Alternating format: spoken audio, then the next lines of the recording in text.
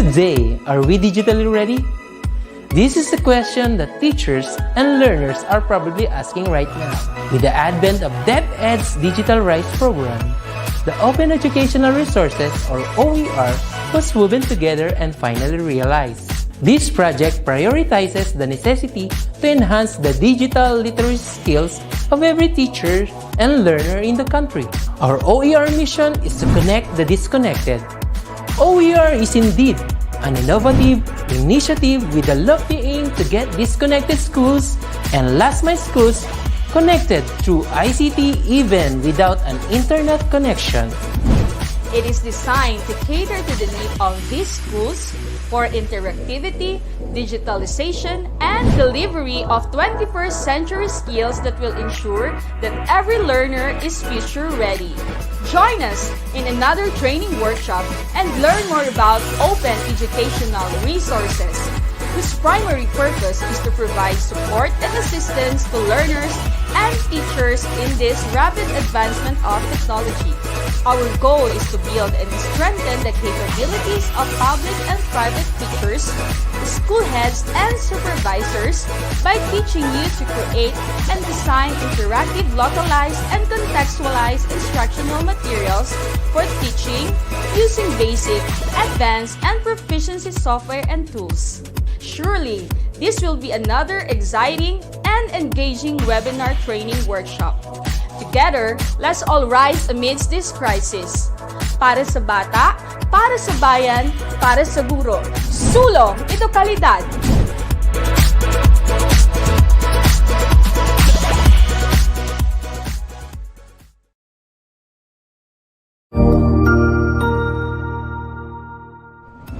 Magandang araw, Sir Wilbur po, at your service. Narito ang ETUlay upang gabayan ka sa inyong pag-aaral upang lubos na maunawaan ang iba't ibang paksa o subject.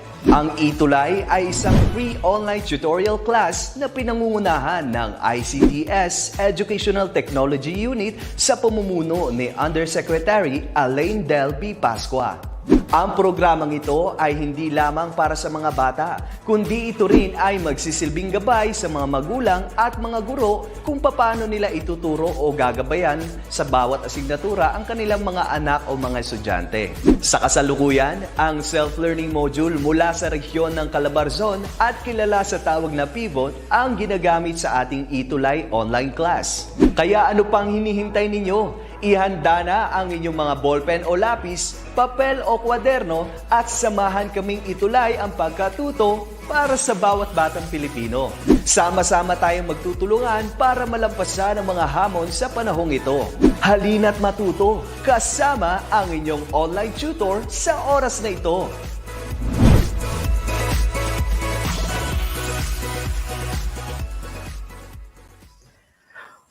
Wow!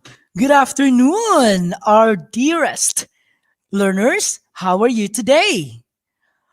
I do hope you're now in a safe and you have your modules, your pen, and your paper for today. All right, so welcome again to our ETUlay program of Department of Education for online tutorial for the subject English 9. Week 2 of our quarter 4. We'll be tackling ETUlay value judgment on critical issues. All right, students, since your teacher or tutor for this subject, Tutor Jest, is not around, I will be your substitute tutor for this afternoon. Once again, good afternoon, everyone. I'm your tutor, Jess, for this subject, English 9. Alright, we're now live. Live po tayo sa ating DepEd Edtech Unit ng ating Facebook, DepEd Philippines, DepEd tayo in our Facebook. Also, we're now live in DepEd Edtech Unit and DepEd TV in our YouTube channel. Alright, students? Again, our module, okay, we'll be using the module coming from SDO Negros Oriental. Okay? Hi po sa ating mga taga-Negros, no? Ng ating mga manunulat ng ating module. Welcome po. At sa mga nanonood po ngayon, mga viewers, bago lang mga viewers ngayon sa ating participants ng ating discussion for this afternoon, maligayang bati po sa ating lahat nanonood ngayon, alright? So this afternoon, we shall have another learning that we will be discussing, okay? So since this is a tutorial, you should have your module, okay, for this week 2, okay, of our discussion and our review, okay? And also, I do hope you are in your safe place, nanonood ngayon sa ating live no telecast ng ating ETUlay program. All right? So, to start with, okay, this is now the lesson. And our lesson is all about the guidelines for conducting a panel discussion. Okay? So this is a panel discussion. All right. So as part of your competency, okay, as part of your competency in our English 9, okay, so this is very essential, okay, for you to have not only to know about what is or how to do with the panel discussion, okay, the conduct of panel discussion and how to do it, the guidelines, okay. Now, class, a panel discussion is designed to provide an opportunity for a group to hear several people knowledgeable about specific issue or topic on present information and discuss personal views. Again, present issue, okay? Any issue that would be timely and relevant, no? That will discussed by many, okay, many individuals, okay, that we go along with a topic, okay. So just like for example, this is a kind of a discussion that may help the audience further clarify and evaluate their positions regarding specific issues or topics being discussed and increase their understanding of the positions of others.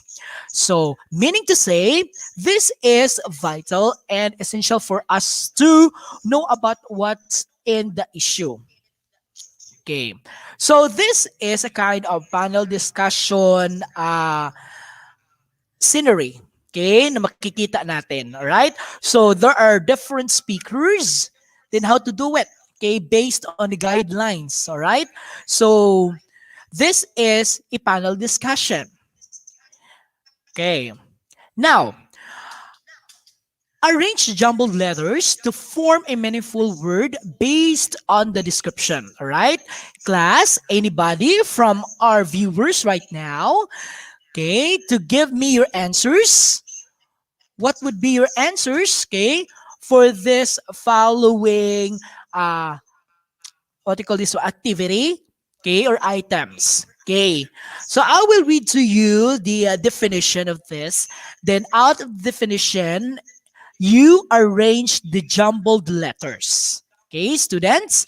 So, number one, this provides an opportunity to hear expert people to discuss a specific issue or topic in front of an audience.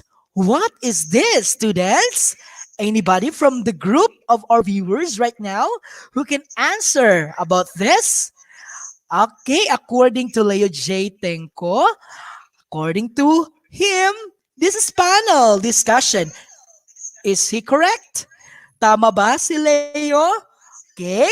Kung sino pa yung andyan natin sa mga viewers, please comment down below in our comment box so that malalaman natin kung ano ang tamang sagot nito. Okay? Base sa inyong modules nito, di ba? Okay, Leo, thank you so much for responding. What is the correct answer? Very good. All right, thank you so much. Woo! All right, let's have one clap for Leo. All right, so thank you for participation, Leo. That is panel discussion. According to Eunice and Jess, yes, very good. Nakahabol si Eunice. All right, that is panel discussion. All right, number two. He or she closes the discussion and provides a summary of panel presentations and discussion. All right, this is related to our topic about panel discussion. Who is this that closes and provides summary? Kung tingnan natin yung summary, siya yung nag-umpisa, nag-discuss, nagbibigay ng summary to the panel discussants about the discussion and about this presentation. What is your answer? According to Eunice and Jess and Jess, hi, hello ma'am, Tutor Jessica, hello. Okay, is it Tutor Jessica? Thank you, thank you, yeah. Panel discussion and we have number two. What is the correct answer? The correct answer is moderator. Okay, meron tayong M, meron tayong O, R, E, meron tayong D, meron tayong A, meron tayong T, at meron tayong O at saka R. That is moderator. Okay, meron na tayong panel discussion, meron tayong moderator. Thank you so much. Very good, Leo J. We have also Edna Joya, okay? Thank you. Pwede rin nating i-shout out nyo yung inyong mga schools at saka school principals kung saan kayo nag-aaral sa ngayon para pa-shoutout natin all over the Philippines and all over the world. Alright? Nakasama ko kayo ngayon sa ating discussion. Maraming salamat. Alright, so let's proceed now to number three. They are considered most important in panel discussion and also known as panel discussant. What is your answer? Anybody who can answer this? What is your answer, class? We have B, we have A, we have L, we have E, we have N, we have S, we have T, we have I, we have S. Anybody from the group who can state or answer? What is your answer? The correct answer is, according to Eunice and according to Jessica, we have panelists. Let us try to reveal, or let's reveal now the answer. The correct answer is yes. You got it right. You've got it right. The correct answer is panelists. They're considered important because without them, there is no panel discussion. Okay, so that is panelists. What about number four? This must involve an important conflict of issues and interests. It may be set forth as topical question, a hypothetical incident, a student experience, and an actual case, etc. What is your answer? Anybody from our class Ed viewers right now? Hello! Gising po tayo ngayon para po sa ating discussion. What is your answer? We have I, we have S, we have S, we have E, we have U. The correct answer according Tutor, or Kuya R, hello, mabuhay po kayo. We have Tutor Jessica, thank you po for viewing. I'm your substitute teacher for this subject, English 9, hello po. At saka ating mga nanonood dyan, ating mga estudyante, right? So, makulimlim ang araw ngayon kasi malamig, no? Tsaka umuulan kanina, right? So, but still, we should have to be, okay, on the go in every ways that we can do, okay, in order to give quality education for all, no? For this ETUlay program, okay, for this online platform. The correct answer for number 4 is, the correct answer, issue. Very good, students. All right, let's give ourselves, okay, what an angel clap, okay? Do you know about angel clap? Okay, let's try to do it. 1, 2, 3, hoot, hoo. 1, 2, 3, hoot, hoo. 1, 2, 3, hoo. That is angel clap, all right? I hope that you have blessed it today, okay? Let's continue. Number 5, the maximum unworkable number of panelists in a panel discussion. Okay, try to guess. This is a number. The maximum unworkable number of panelists in a panel discussion. Thank you so much, Kuya R and Tutor Jessica. Very good. You got it right. Woo! Yay! Okay, Tutor R, Kuya R, thank you so much. Five. Okay. And it's number five. It's five. What about Regine Alejado? Oh my goodness! Five also according to Leo, right? So, pwede nyo ring ilagay yung mga schools natin dyan. O sino yung i-shout out natin, okay? Para mapabilang natin sa ating mga lists na ating i-shout out po natin sa hapong ito. Okay, very good for your participation. And the correct answer for this is 5. Very good, students. Okay, so yay, you've got it all, and I'm so happy, no, that you got the correct answer. Okay, all right. Let's have another activity, and I will be reading to you the directions in how to do it. Okay, very good. Okay, we have Tutor R and Tutor Jessica, and also we have learners Regine, and we have Leo, and those who ever watching right now, mabuhay po kayong lahat, alright? So, we have another activity, and what you're going to do is to answer true or false. Okay, true if the statement is correct, and false if it is not. Okay, or incorrect, in short. Number 1.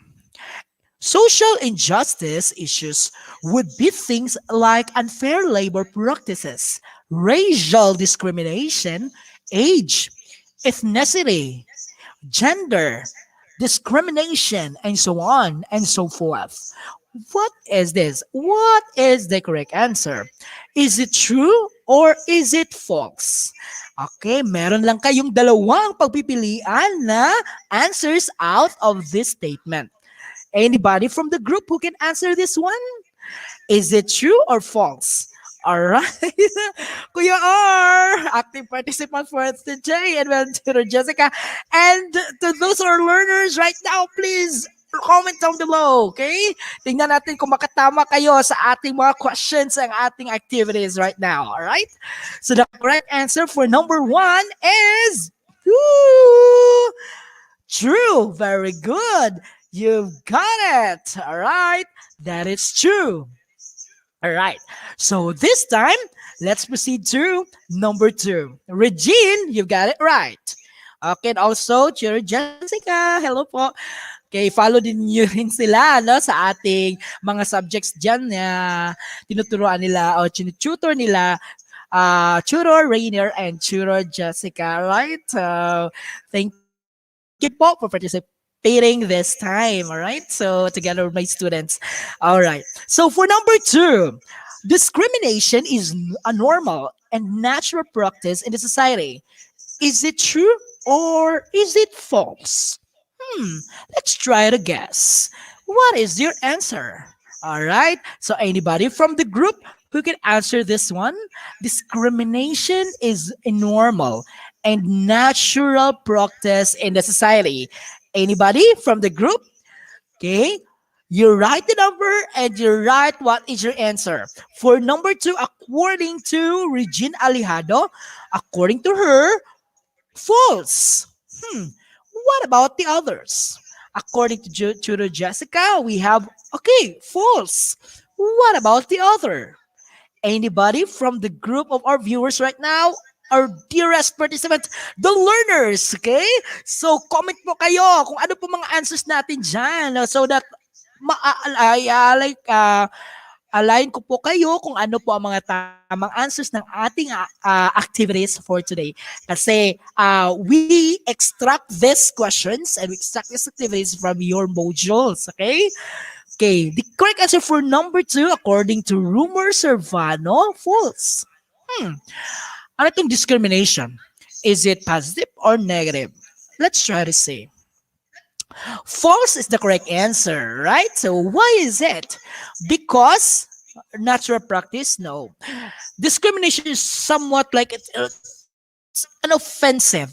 and it's kind of what I call it, not good, okay, not good, what you call this one, topic or somewhat like a theme, okay, that we do not do for others, okay, because discrimination is offensive, okay, and we should avoid this, okay, discrimination, okay, and it should not, and we should not say that it's normal and natural practice, okay, we should avoid discrimination, but we should practice, and instead we practice the equality and the fairness of all, okay. There is no as what do you call it, one that is superior, and there's no one that is inferior. We are all equal, okay, in many ways. Number three, in the real world, the things that people value can have positive and negative consequences. Let's try to think of it. In the real world, the things that people value can have positive and negative consequences. Anybody from the viewers right now who can answer this? Okay, ready? Ano kaya ang tamang sagot nito? Alright? So, you try to answer right now. You write it on our comment box, okay, for number three. If your answer is true, you say that it is correct. And if you answer false, okay, your answer, of course, that is incorrect. The correct answer, okay, Caroline Alejado, right? You answered true. What about Romer Servano? Okay, you answered true. Let's try to see this. What is the correct answer? All right, let's reveal the correct answer. True. Very good, students. All right. You got it. That is true. Very good. What about, okay, Chiro Jessica? Yay. You got it. True. What about number four? Racism is only for black people. Again, racism is only for black people. Mhm. Is that true or false? Only for black people. Let's try to think if it is true or false. Anybody from the group of our viewers and participants right now who can answer this? Okay, ready? So, the correct answer is, okay, according to Caroline and tutor Jessica, they answered it. Okay, this is false. What about the others? Anybody from the group of our viewers right now who can answer? The correct answer for number four. Okay, we have rumor, false. Let's reveal now the answer. The correct answer is yes, this is false. What about number five? Okay, we don't have number five, but I will explain to you why is it racism is the only for black people. So we should mind that this kind of statement, okay, we will not stereotype the only one, okay, or just like in one group, okay, according to what I have said a while ago, that uh, there's there should there should no discrimination to one another, and this kind of, okay, in number four is somewhat like there's a discrimination, and the answer for this is false. Okay, all right, so we have only four questions for this, and after this, the next statement I will be discussing through is what is the meaning of social injustice. Very good, students, for your participation. Okay, we have Carol Alejado and Rumor Servano. Right? So, what is this social injustice? Social injustice is a critical issue every country is facing, and it is prevalent nowadays and it occurs in a situation where some individuals are treated unequally. So meaning to say, as what I have said, there is what we call discrimination, and others are equally treated. Okay? So it is also the way unjust actions are done in the society. And adults are not the only to this kind of inequalities. Everyone can be a victim, right? It can happen anytime, right? Anywhere with anyone. All right. So students or participants right now or viewers right now, tell something about what you have experienced onto the discrimination topic. Anybody from our participants? Okay, from our participants, viewers right now, the students, the teachers, the parents who are watching right now in our discussion for tutorial. So if you have this kind of experience, then that would be considered discrimination. So example, in the school, no? If you have this kind of meron kayong kaaway and ni-discriminate nyo ang isang tao or somewhat like you have been to bullying. Okay? Ganyan, no? It's a kind of discrimination because discrimination as part of social injustice is a broad, okay, broad topic. Then we should consider that any one of us is a gift and any one of us is important and special, okay? Special. Sa mata ng Diyos, tayo ay equal. Sa mata ng ating mga magulang, okay? Sa ating mga teachers, we are all equal. Use our students, okay? So, we should practice being respectful to one another and to avoid this kind of discrimination to any one of us. Okay? Let's make the world a happy living place. All right. So let's proceed now. Accomplish the chart that follows with the forms of social injustice as depicted by the picture. Alright, accomplish the chart. Now, these are all charts, but this is a kind of social injustice activities. And complete the chart and accomplish the chart that follows in the form of social injustice depicted in the picture. So makita natin dyan sa ating picture. How is it portraying? Okay? So let's try to look about this. All right. So let's proceed. Again, okay? So in your modules, you accomplish this, okay? Don't forget that you will give something explanation about this based on the directions, okay? Based on the directions and the pictures, okay? Kung ano ba nakikita natin dyan? Okay, example from the viewers. Ano ba nakikita natin dyan? Sample ng mga discriminations o social injustices. Okay, ano bang nakikita natin dyan? Sige, bago tayo tumungo sa next natin na slide. Okay, ano bang nakikita natin dyan? Merong isang bata, okay, na hindi nakasali sa isang, I think it's a game, and there is somewhat like a separation between white and black. Okay, very good. Very good, Jessica. There is discrimination or there is a label. What is that label? Label of white and black. So, mean to say, there is already discrimination. And, you know what? Long time ago, di ba? There is somewhat like, kung ginato ang in Bisaya, no, discrimination, okay, or pag makuha na to noon musyag daog-daog or somewhat like pag bibigay ng puna sa isang bagay or somewhat like saying something that is not good to people, to someone.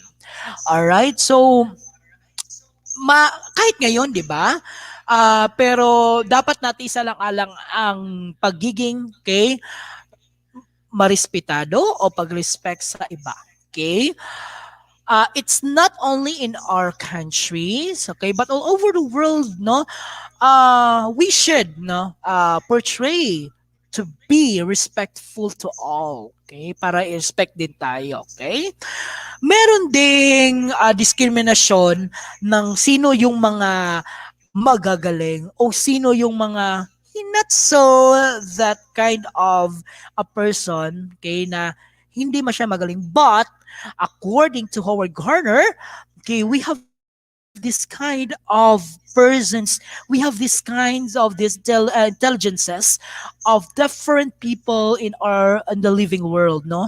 Na meron tayong mga intelligence, kaya hindi tayo magsasabi sa isang tao na wala siyang kaya. So hindi niya kayang matutunan ng isang bagay, kundi tayong lahat ay may kanya-kanyang skills, tsaka abilities, at tsaka intelligences based on our masteries and skills na ating mga natutunan. Okay? Kung saan bang field tayo. Alright? So, discrimination pa rin yan. Kung titingnan natin, no? Na merong tao na discriminate. But still, okay, whatever it is, okay, kung merong mga taong ganyan, wag nyo lang, hindi lang siguro papansin. Tsaka, be positive. Okay? Be optimistic person and you determined well and you try to reach your goal, whatever it is, okay? Because it's you, okay, who will be successful, okay? After along the way in your journey, okay? Even if dito sa isang chart, no, kung makikita natin dyan, okay, merong discrimination na isang bata na hindi pinasasali, okay? Example, okay, it also depicts, according to Maria Cadillenia, okay, it also depicts the unequal treatment, yes, between the rich and the poor. And malalaman natin, hindi lang sa kulay, di ba? Tayo ay may kulay kayo manggi, okay? No, kung name pa mga stories, di ba? Kung malaman natin mga stories ng ating kayo magi, and we have this kind of color na pinagmamalaki natin because tayo ay Pilipino, okay? We are Filipinos, okay? Unfair daw ang treatment, yes. So dapat nating isalang-alang na iwala o dapat wala talagang unfair, okay? Unfair or what we call this one, the unequal opportunity to anybody. Even sa ating work fields, 'di ba? So kinakailangan natin, okay, tanggapin kung sino o kung ano ang isang tao na nakabase sa kanyang i-level natin kung ano ang attitude, 'di ba? In every work na ating pinapasukan, ang hinahanap talaga ay hindi lamang, okay, pinakamalaking porsyento according to research ng ating attitude, okay? The attitude is a very, okay, essential and at the top portion over that intelligence. So, now, we should not practice this kind of discrimination. Even in our children, no? Sa children nato nga, iba-iba tayo ng mga katangian. We have this background, experiences, and cultural background. Dapat natin isalang-alang na tayo, saan tayo nanggaling o saan ba sila nanggaling. Okay, dapat nating matutunan yan. Okay, just like as teachers, we should know about the background, the cultural background of students, the background of these learners, kung saan sila nanggaling, kung ano ba ang katangian o ano ba ang kanilang mga karanasan para malalaman natin kung paano natin sila mapaunlad sa kanilang buhay. Okay? So these are all social injustices. Okay.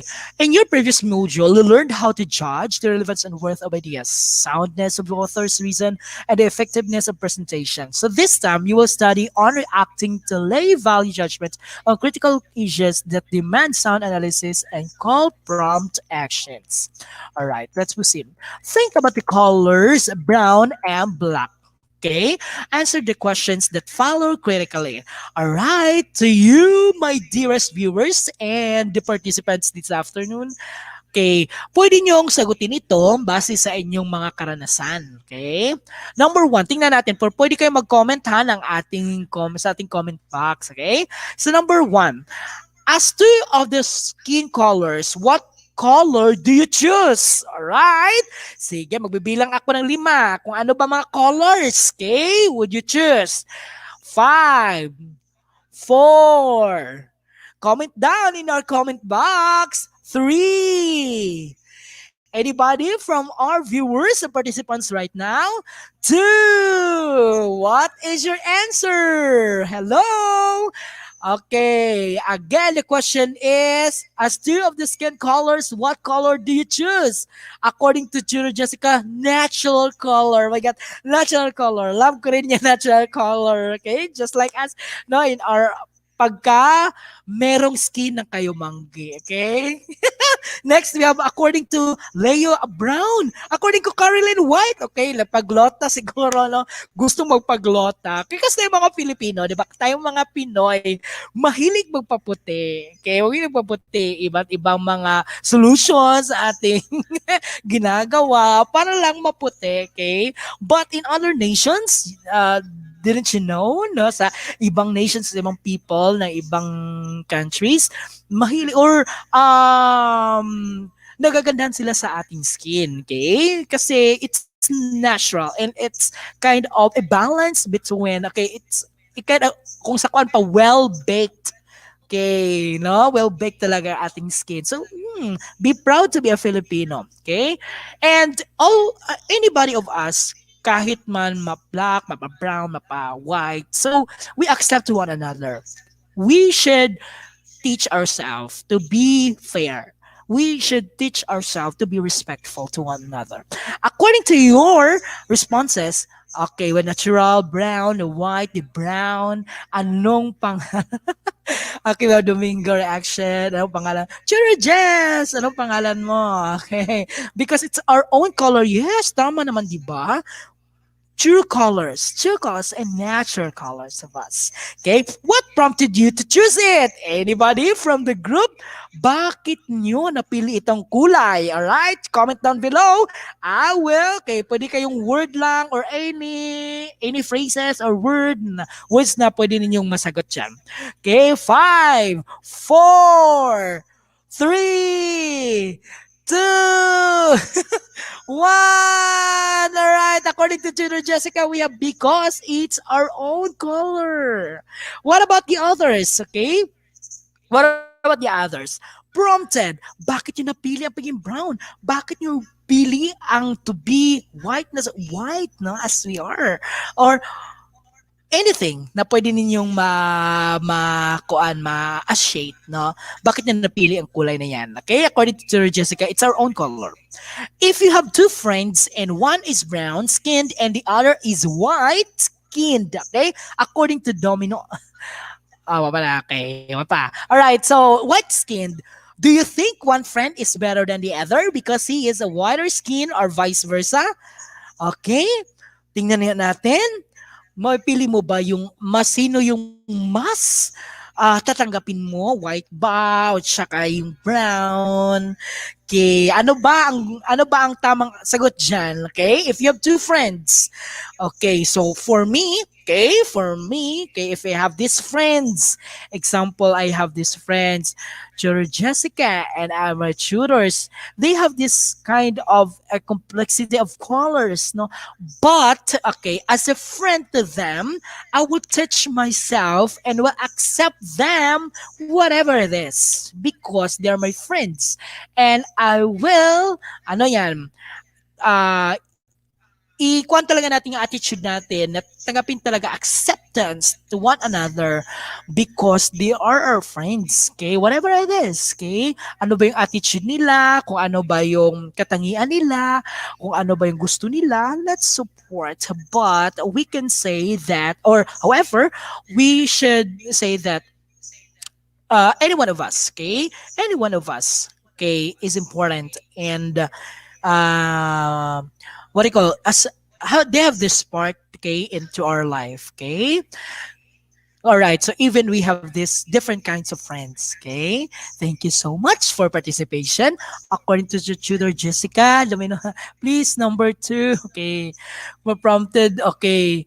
Prompted, according to Domino, please, number 2. Okay. What prompted you to choose it? Okay, just like kanina, sinabi ko kung kulay ang answer mo, example, brown, what prompted you to choose it? So, gaya na kanina, bakit mo ito napili? Okay, bakit mo napili na kulay? Okay? So, according nga kanina sa ating mga sagot, okay? So, meron tayong dahil, okay, ito ang gusto kong kulay. Okay? It's a natural. For number three, according to Tutor Jessica, I will have a friend. Okay, I will have a friend which is not well offended in different skin color because they are all creative, beautiful. Yes, confidently beautiful. Thank you so much, viewers.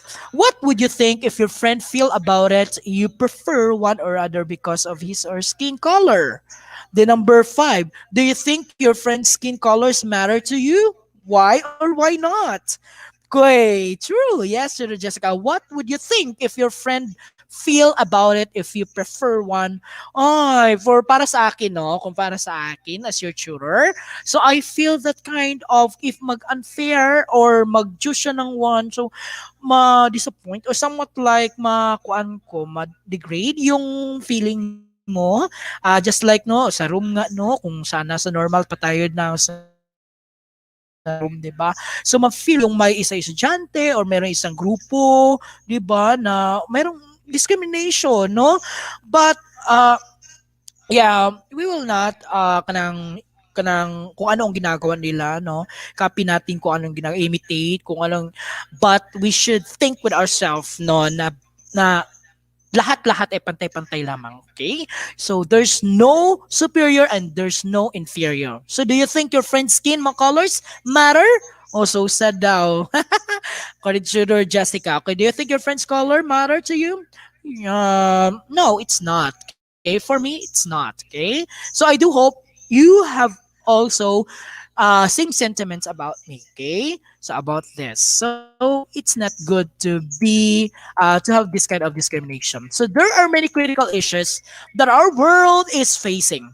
In this lesson, let us focus attention to one. So no matter how much we deny or discrimination is omnipresent, it can be found in every corner of the world. Okay, very good. That's okay. That's according to Anna Freud of National Center for Children and Families. Discrimination is when a person is treated unfairly because of who they are. This can have a detrimental effect on their mental health, their self-esteem, and educational performance. Tama nga, no? Tama itong study na ito, okay? So, wala talagang discrimination. Disability, the age discrimination, the race, the skin color, the sex, the religious discrimination, the gender, the identity, the place of birth, the status as part or parent, etc. are one of the many critical situations that can lead to discrimination, which cannot be undone but can be minimized through learning to be responsible in making value judgments. Okay? So, value judgments na talaga, tsaka being respectful to one another, right? So, so it is important, according to the module, that it is important to understand what value judgment is. Then value judgment is a judgment of rightness or wrongness of something or someone based on comparison or other relativity or the usefulness of something or someone. So it does not simply determine the world that prescribes certain attitudes or behaviors toward the world. It is based more on perceptual understanding on a certain issue, a claim that a particular human action or object has some degree of importance worth of desirability. So meaning to say, there should be value judgment. Okay? All right, so let's proceed. So let's take a look at this example. Example for number one and example for number two. There is number one. The employer strictly imposes that only younger employees can be promoted.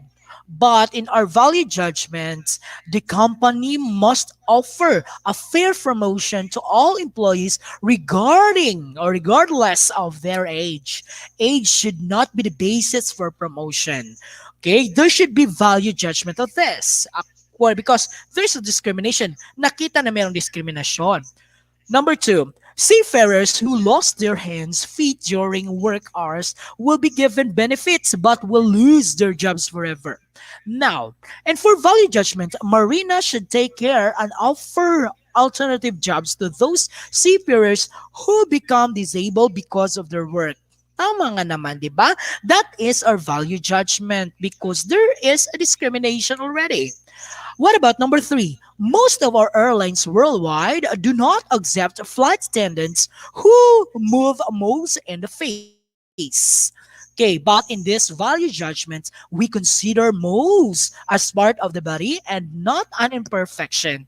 Now, it has nothing to do with a job. Tama nga, no? Do not accept no at swab mo. So, kung may alam or ano yun sa face, di ba? Okay, so kung makikita na mayroong alam sa face or mo, somewhat like, because there are some labs na hindi siya, okay?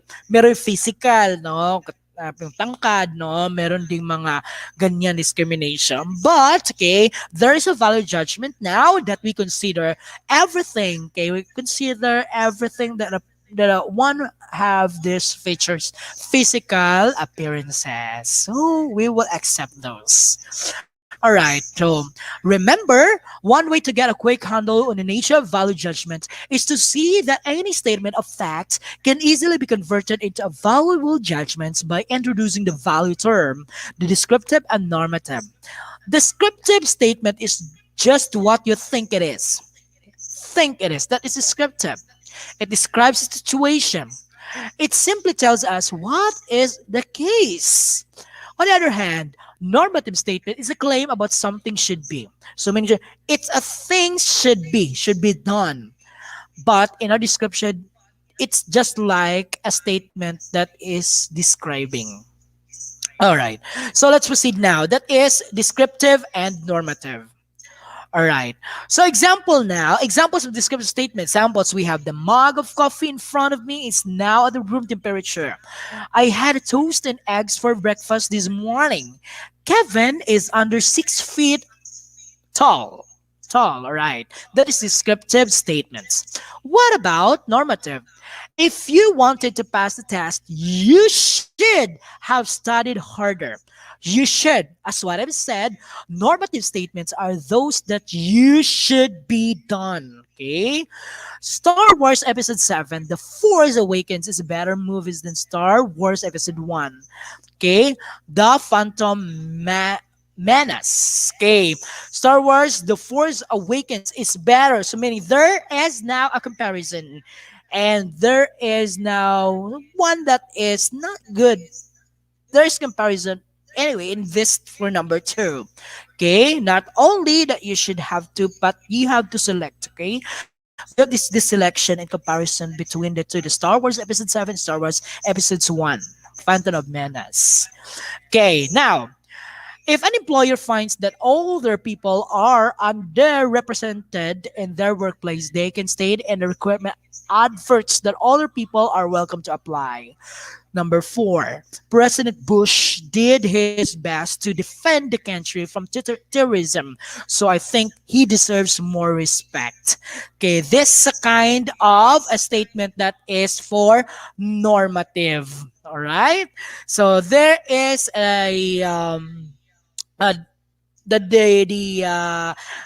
the idea of these selections for this descriptive and this normative, okay, between the two. All right. So things to consider before making value judgment is you think and analyze the situation before giving your perceptual understanding.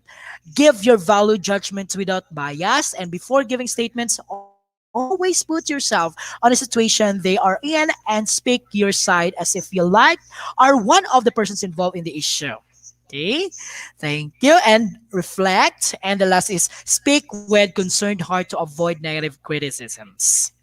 Now, read analysis sentences below. Then identify whether the statements are just describing the situation, the descriptive, or it lays to about value judgments, normative. Write D if it is descriptive and N if it is normative.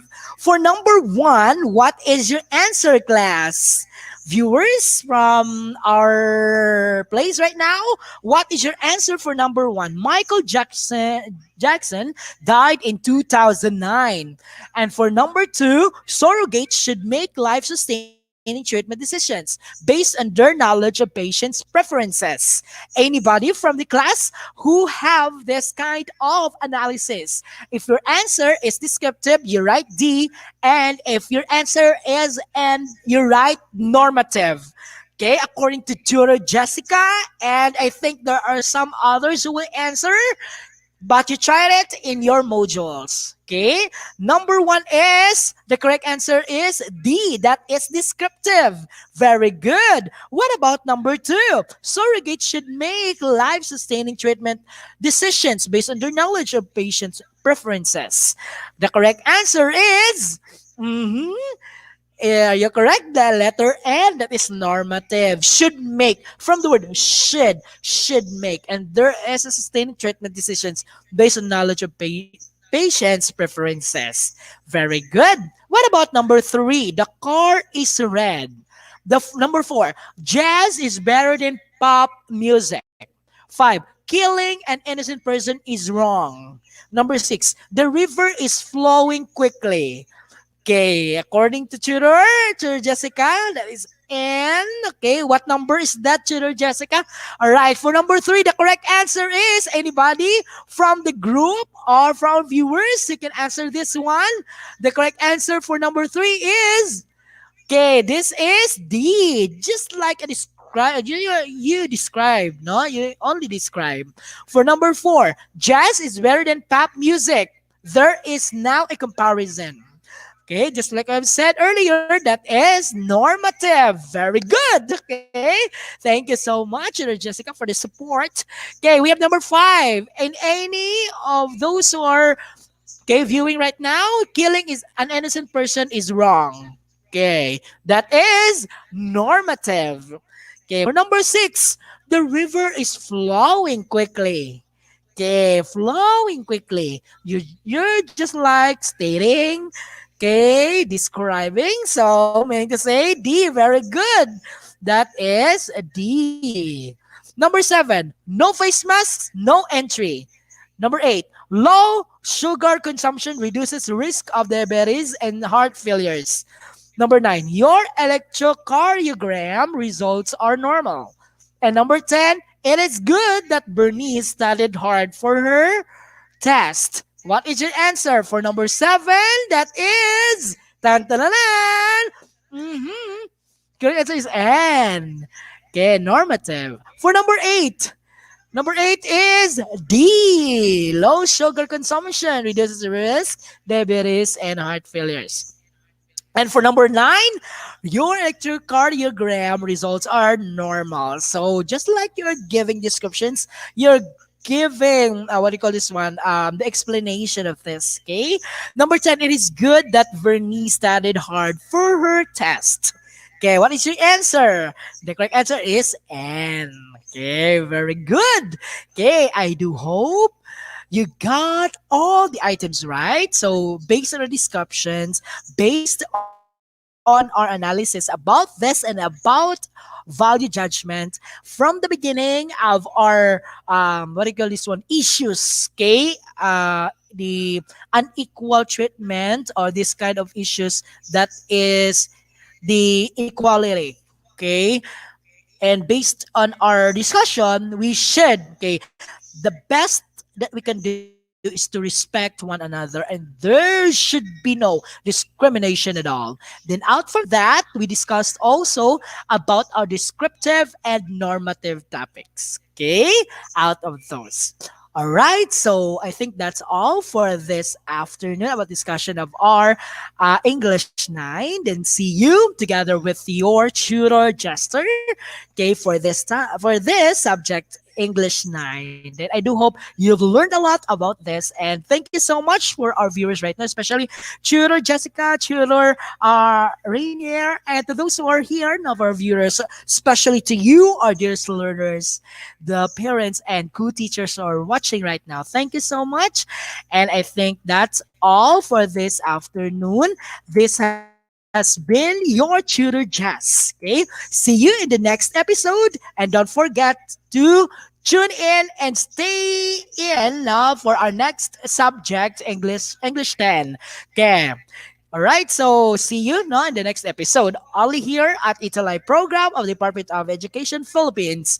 Try to remember, or I leave you this quote. Then remember this always, that, okay, never stop learning. This according to Bivik Madlani. Never stop learning because life never stops teaching. Alright? So, sulong edukalidad. Alright?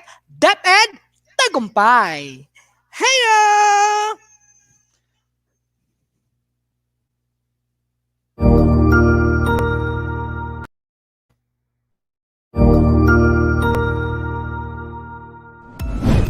Sigurado ako na marami ka na namang natutuhan sa ating ETUlay tutorial session ngayong araw. Tandaan, ito ay hindi lamang para sa ating mga mag-aaral, kundi pati rin sa ating mga minamahal na guro at mga magulang na kaagapay natin para maituloy ang pagkatuto sa kabila ng nararanasang pandemya. Patuloy ding sumubaybay sa DepEd TV para sa mga araling ginawang video episodes. Mapapanood ito mula Lunes hanggang Sabado, alas 7 ng umaga hanggang alas 7 ng gabi sa inyong mga telebisyon. Abangan bukas mula 1:00 ng tanghali ang iba pang aralin sa ating ETUlay free online tutorial session sa Filipino. I-like and subscribe at manatiling nakasubaybay sa ating ETUlay tutorial session sa DepEd Edtech Unit FB page at Educational Technology Unit channel sa YouTube at sa DepEd Tayo at DepEd Philippines social media accounts. Paalam!